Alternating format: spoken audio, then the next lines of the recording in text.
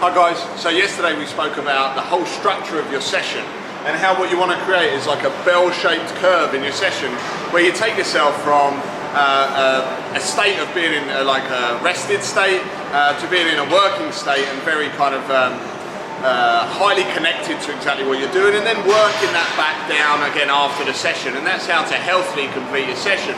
Now the reason for that is that you're going to get kind of way less muscle soreness if you manage it in that way. Also, you're going to be ready to complete the work you're going to complete in your main set, and that's essential to make sure you avoid any injury, and therefore you recover better after the session as well.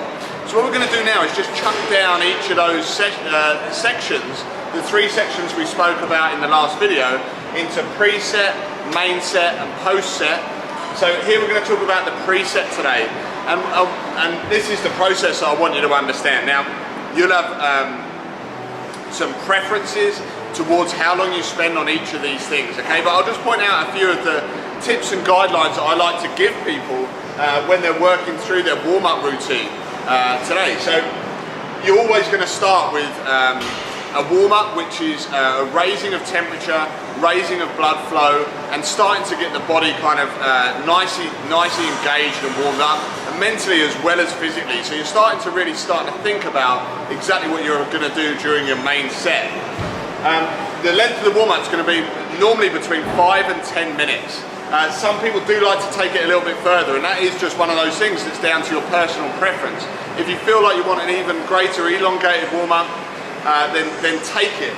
But just bear in mind, this should always start low impact, and then it should gradually increase into having more impact, and indeed should start also low intensity and should progress up to the kind of level you're going to be working at when you get into your main set.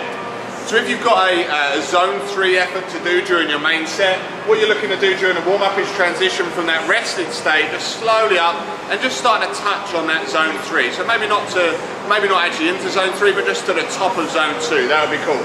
So the length of this is definitely intensity relative to your main set. So the higher intensity of your main set, the longer your warm-up needs to be.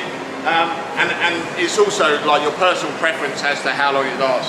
If you're going to be spending kind of 2 hours in zone 1, then you know this warm-up doesn't need to be 3 or 5 minutes. You know, you can just get kind of moving fairly quickly, okay? And you can manage that transition into working a little bit quicker.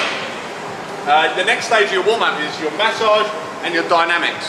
Now with the massage, I'm looking at self-massage here, the use of foam rollers and balls to work on the fascia that surrounds your muscle, and that's really essential, that you really harness facial health, and you transition your body from being plastic in a rested state to being elastic in a working state, and indeed you're trying to promote that elastic state as much as possible, and that's where the massage really comes in handy in how it thins out your fascia and just manages any adhesions and bits and pieces like that you get through your fascia to the muscle.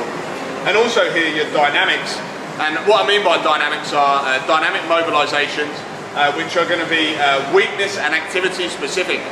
So for example, if you're on the bike, the key areas I want you to work on are going to be your shoulders, your neck and your hips mainly for when you're on the bike. For when you run, the key areas for your dynamics are going to be more like the foot, the lower leg, the knees and the hips. That's the key areas. And when you swim, it's very much up around here again. So it's more like neck and shoulders and a little bit around your torso and your hips. So that's what I mean by weakness and activity specific. Weakness mainly kind of relates to this massage. If you've got certain areas that are really tight for you, why not spend a little bit more time working on those weak areas rather than just having this general program that covers everything and just takes forever to complete. So try and make sure you focus on your weakest areas first. The next stage of your warm-up is to do some perception raising skill work. Now our drills and our perception raising drills come from the pose method. We've got a pose method of swim, bike and run. All that stuff's explained in the members area of the site, and in there we provide you with drills that you can include in your warm-up. And what we try and do is kind of structure those so that you've got a progression to go through. So you start at the beginning, you master those, or you gain the perception from those drills, and then you move on. Again, this section doesn't need to last much longer than 5 minutes, but if you're a beginner, if you're new to kind of training for triathlon, perhaps this section lasts a little bit longer, and perhaps we can kind of work on your perception as a way of gaining rapid growth in your early time in triathlon, and also to help you to avoid injury early on. Also here we can include some race specific drills. Now that might be kind of some open water skills that you might complete in the pool at the beginning of your beginning of your pool workout. It might also be some bike handling things, just practicing your shifting maybe on your bike, maybe practicing a little bit of cornering in tight circumstances, bits and pieces like that. And bear in mind, if you are out on the bike, the type of skill work you can do on a moving bike is very different to what you can do on a turbo trainer or on a static bike. Also, when you're open water, the type of drills you can do can maybe vary a little bit, but you can still include some of the kind of balance drills and bits and pieces like that when you're open water as well. So always make sure you include this skill element in your warm-ups. And lastly, we want to finalise that transition from a rested to a working state. So we want to up your intensity. We also want to include some activation work in there as well. So this really manages that transition and makes sure you're ready for when the main set comes.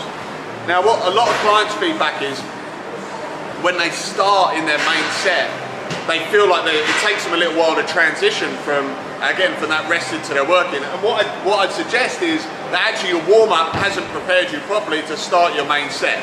There's always going to be that slight oxygen debt when you start doing something at a higher intensity. But this last section here is what most people miss out.